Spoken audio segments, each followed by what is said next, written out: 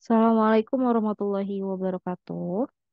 Kali ini kita akan membahas tentang pemfaktoran aljabar. Oke, mari kita bahas soalnya. Ada 5 soal di sini. Kita bahas nomor satu dulu. Nomor satu itu pertanyaannya, faktorkan persamaan kuadrat berikut.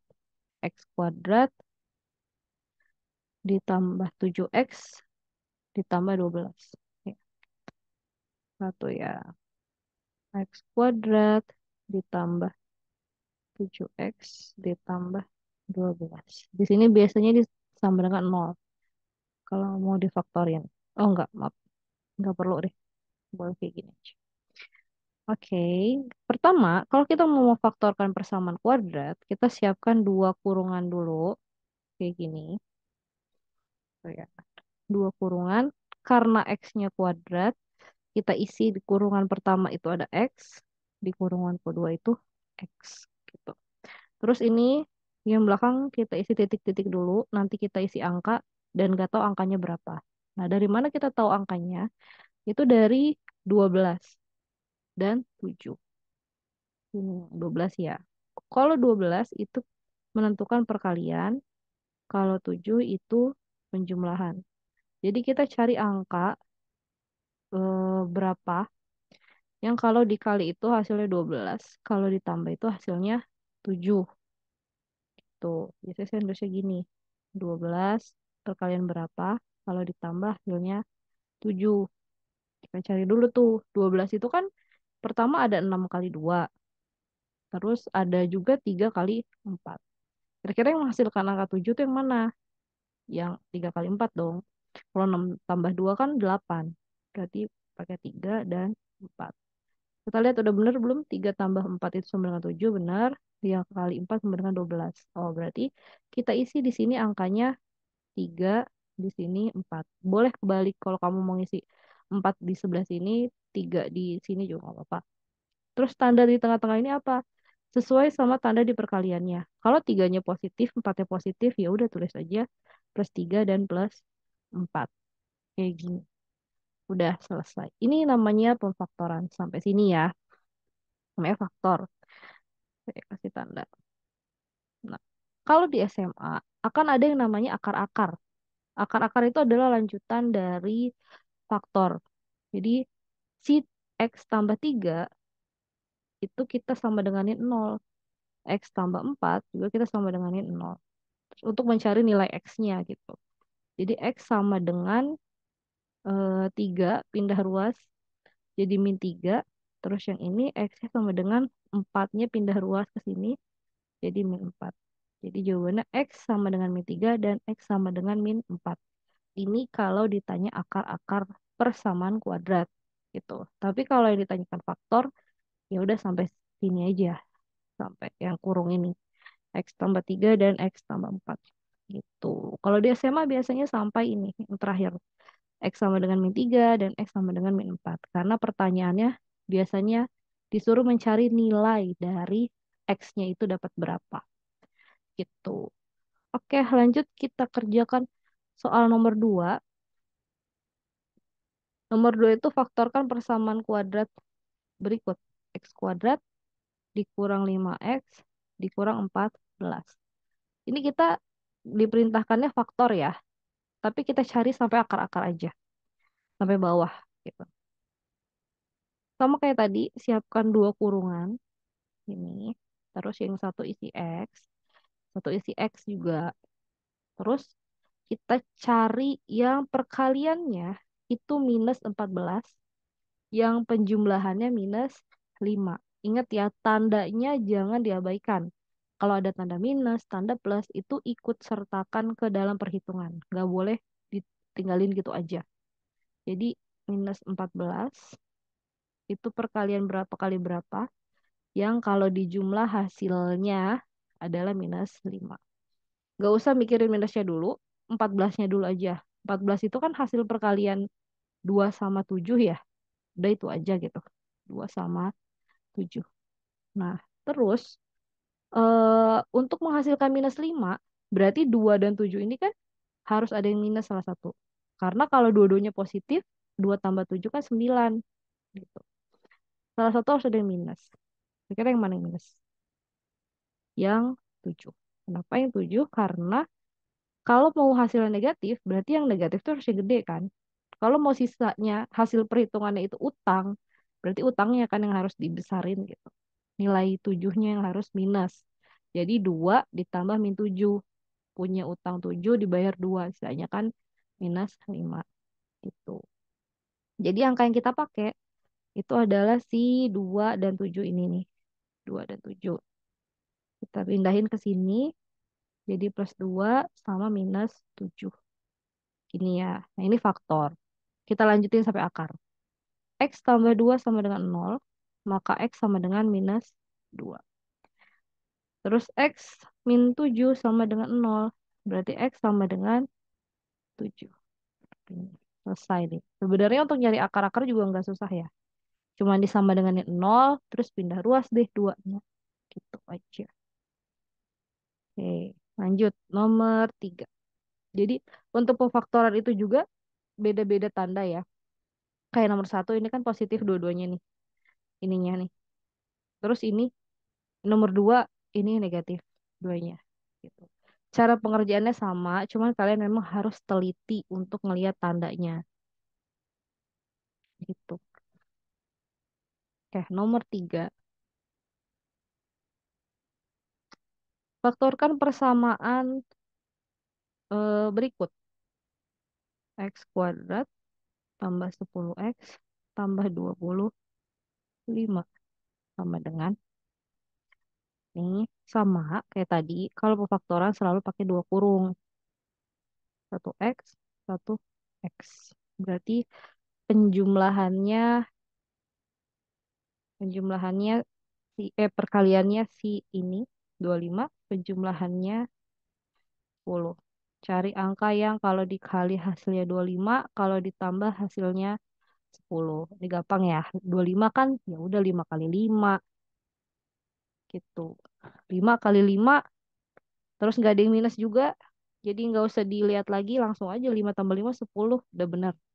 5 tambah 5 10 25. Ini plus 5 ini plus 5. Terus X sama dengan X tambah 5 sama dengan 0. Berarti X sama dengan minus 5. Kalau kalian udah jago, udah biasa ngitung, bakal tahu kalau tanda itu pasti berbalik. Misalnya kalau di faktornya itu plus 5 pasti jadinya X min 5 gitu. Kalau di faktornya min 7 nanti kayak gini contohnya, pasti nanti jadi akar-akarnya 7. Karena pindah ruas kan balik tanda. Kalau udah bisa, nggak usah pakai sama dengan 0, langsung aja X sama dengan min 5. Itu boleh. Dilewatin eh, tahap yang ininya tuh dilewatin nggak apa-apa. Oke, itu untuk jawaban soal nomor 3. Kita lanjut ke nomor 4. Ini untuk yang nomor 1 kita hapus aja ya, karena nggak cukup.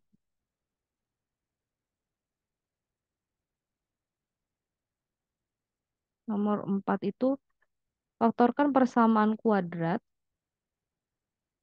X kuadrat kurang 9. Oke. Jadi ini kan X kuadrat kurang 9. Bedanya sama nomor 1 dan 2, kalau nomor 1 dan 2 itu kan ada variabelnya tuh turun gitu pangkatnya. Itu disebut kuadrat sempurna. Jadi dari kita ambil dari nomor 2 ya contohnya. Jadi dari pangkat 2 ini X-nya pangkat 1, ini nggak ada X-nya. Jadi 2 1 0 gitu. Ini namanya kuadrat sempurna karena pangkatnya terus turun. Nah, untuk nomor 4 ini dia kuadrat tidak sempurna karena setelah X pangkat 2 langsung X pangkat 0, nggak ada X pangkat satunya gitu. Nggak ada nih 5X gitu. Nggak ada kan. Jadi ini kuadrat tidak sempurna. Cara ngerjainnya sebenarnya gampang-gampang aja. Kita cari hasil kuadratnya dari kedua kedua angka kedua huruf atau angka ya. Ini yang diketahui. Jadi X kuadrat kan ya kalau kita bikin faktor kan ya X ya, biasa. Nah, sembilannya ini tinggal cari 9 itu perkalian berapa kali berapa. 3 kali 3 kan. Ya udah berarti 3 kali 3. Nah, plus minusnya ini. Boleh yang satu plus, yang satu minus. Gitu.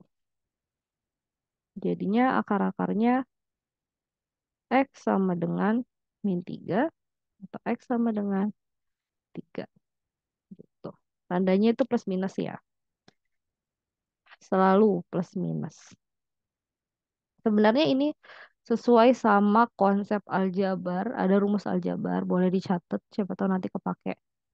A kuadrat min B kuadrat itu berasal dari A plus B dikali A min B. Min B. Konsep awal itu kayak gini. Jadi kalau misalnya ada X kuadrat min 25 gitu. 25 itu kan sama dengan X kuadrat min 5 kuadrat kan. Gini. 25 itu kan 5 kuadrat. Jadi kalau difaktorkan jadi X plus 5, X min 5 gitu. Oke, semoga bisa dipahami ya. Lanjut nomor 5. Nomor 5 kita kerjain di sini aja.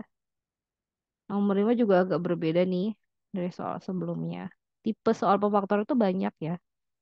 Yang penting kalian sudah terbiasa sama soalnya. Kalau udah terbiasa ngerjain, pasti bisa. Nomor 5 itu 4x kuadrat dikurang 12x ditambah 9. Oke. Bedanya sama soal nomor 1, 2, dan 3, ini di depan x kuadratnya ada angka 4. Kalau ada angka 4, kita siapkan dalam kurungnya 4x. Ini juga 4x. Terus di depannya tulis 1/4 gitu. Jadi dikaliin sama 1/4. Nggak bisa, nggak bisa cuman 4x aja. Untuk perkaliannya bukan 9 doang, tapi 9 dikali sama 4. 4 kali 9. Kita kali 9 kali 4 berapa? 36. 36 kita cari angka berapa kali berapa yang 36. Kalau dijumlah minus 12. Penjumlahannya tetap ini ya, minus 12. Oke. 36 itu kan berapa? 6 kali 6 ya, yang paling mendekati. Yang bisa jadi 12. Oke. Tapi kalau 6 tambah 6 itu 12 positif, bukan 16, bukan 12 negatif. Jadi gimana supaya jadi negatif dua-duanya? Dua-duanya kita bikin negatif. Jadi utang 6, tambah lagi utangnya jadi 6. Jadi utangnya 12. Gitu ya. Terus ini minus 6 kita pindahin ke sini. Minus 6 pindahin ke sini. Udah. Nah, bedanya lagi sama yang tadi. Kalau tadi kan sama dengan yang 0 langsung selesai. Kalau yang ini ada seperempat di depannya, kita harus bagi dulu si seperempat ini. Si perempat ini kita coret sama salah satu kurung boleh. Misal gini ya. 4 dibagi sama 4. Tapi 4 bisa dibagi sama 6 nggak? Nggak bisa. 6 kan nggak bisa bagi 4. Bisa tapi koma gitu kan. Nah, susah nih kalau kayak gini. Berarti kita harus pecah empatnya. Kenapa sih nggak dibagi sama 4 yang depan aja udah selesai? Nah, itu nggak boleh. Karena di sini ada tanda kurang ya. Ada tanda pengurangan. Berarti harus dua-duanya yang dicoret. Harus 4. Kalau 4 mau dibagi sama 4 ini, 6 juga harus dibagi. Gitu. Ini kita pecah 4-nya jadi 2 kali 2. Jadi 4x min 6. 4x min 6. Gitu. Jadi yang sebelah sini 4 bagi 4, 4 bagi 2 sisa 2. 6 dibagi 2 sisa 3 gitu. Yang 2 yang sebelah sini kita bagi sama yang sebelah kanan. 4 bagi 2 sisa 2. 6 bagi 2 sisa 3. Nah, gini. Harus dua kali. Ingat. Kenapa? Karena dalam kurung ini ada dua suku. Gak bisa cuma salah satunya aja. Depannya doang, empatnya doang yang dicoret itu nggak boleh. Harus duanya. Harus dua-duanya gitu. Nah, kayak gini nih aturan-aturan simple seperti ini yang harus kalian ingat kalau mau ngerjain matematika. Karena simple tapi bikin eh gimana ya? Bikin jawaban bisa salah. Sisanya berarti 2x min 3 sama 2x min 3. Terus 2x min 3 min 3 sama dengan 0, berarti 2x sama dengan 3. Berarti x sama dengan 3 per 2. Yang satu lagi sama juga, 2x min 3 sama dengan 0, 2x sama dengan 3, dan x sama dengan 3 per 2. Berarti x-nya sama ya, 3 per 2.